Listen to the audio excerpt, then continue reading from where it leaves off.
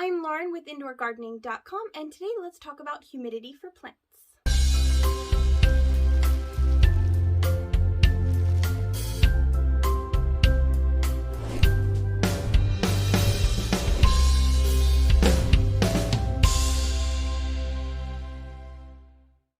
Humidity for plants is very essential in order for them to function and continue to grow. If your plant is struggling, it's not pushing out new growth is getting stuck, it has crispy tips, a lot of these issues can come from not having enough ambient humidity.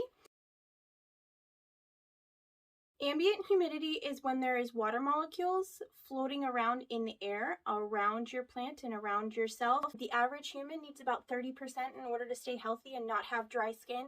Plants are the same way. They actually need anywhere from 30% to about 70% humidity. It is just the amount of water floating around in the air in a contained environment. For example, in your house, the amount of water molecules floating around in the air, it can be anywhere from 0 to 100%. 100% is obviously if your entire house is filled up with water molecules. It would be very, very hard to breathe if that was the case, and most plants don't like it to be 100% humidity. It can reach that in various greenhouses and whatnot, so getting a hydrometer is actually really crucial in order to figure out exactly what the ambient humidity in your environment is. But that is essentially it. It's very, very simple. It's just the amount of water in the air around you and your plants. Let's talk about why plants need humidity.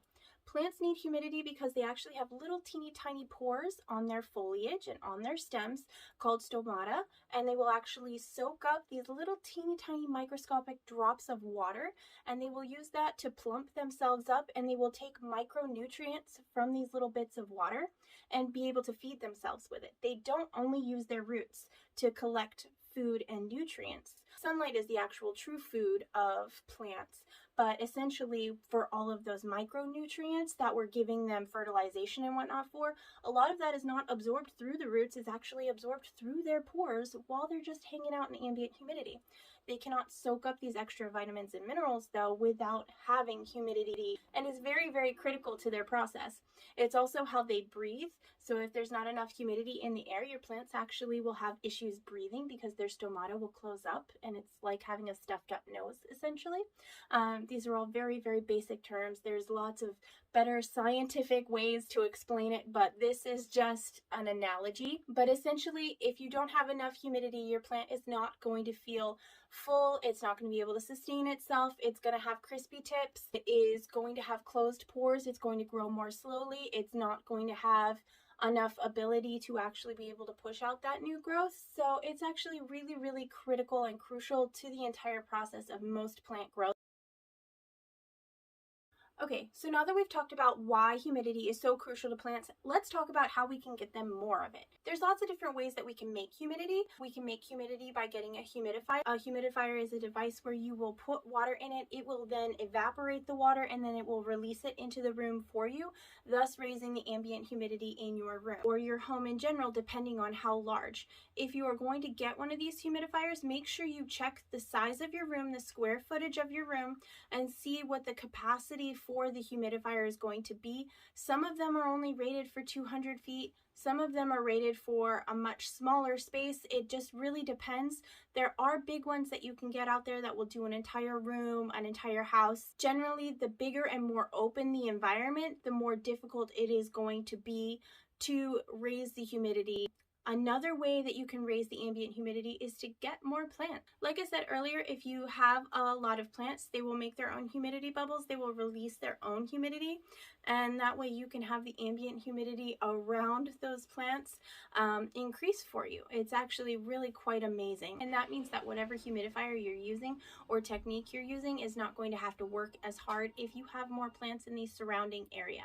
Keep in mind though that if you do clump your plants together and put them so close together that they're sharing ambient humidity, they can also share pests. So if the humidity is not going to be high enough, then they will have more of an opportunity to be attacked by pests because they won't be healthy enough to be able to fight off the pests for themselves.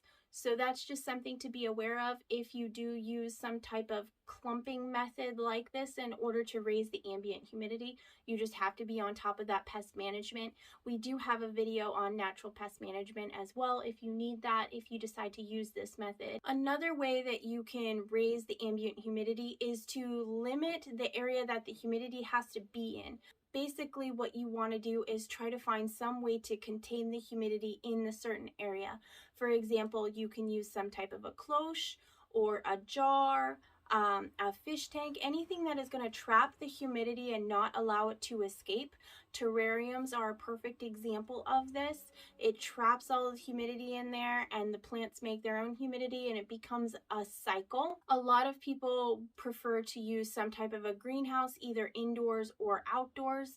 There are lots of smaller greenhouses or grow tents that you can set up inside your home that are going to contain that humidity for you and make a higher humidity environment. There are also folks that are setting up clear glass cabinets and they are using them as furniture and displays and greenhouses all at the same time to keep all of their plants contained in, and that is a fantastic way to increase the humidity. Like I said earlier, definitely if you're using any of these methods and you're not sure of how high or low the humidity is, get a humidity measurement tool called a hydrometer. They're very inexpensive. You can get them for just a few dollars and that way you know exactly what you're working with. Sometimes all you need to do is lay out a tray of pebbles and that will increase it just around that plant slightly, and that might just be enough to be able to make the plant happy. So it just really depends, and you really need to make sure that you're paying attention to what you're working with in order to choose what method is going to work best for you and your environment and your home.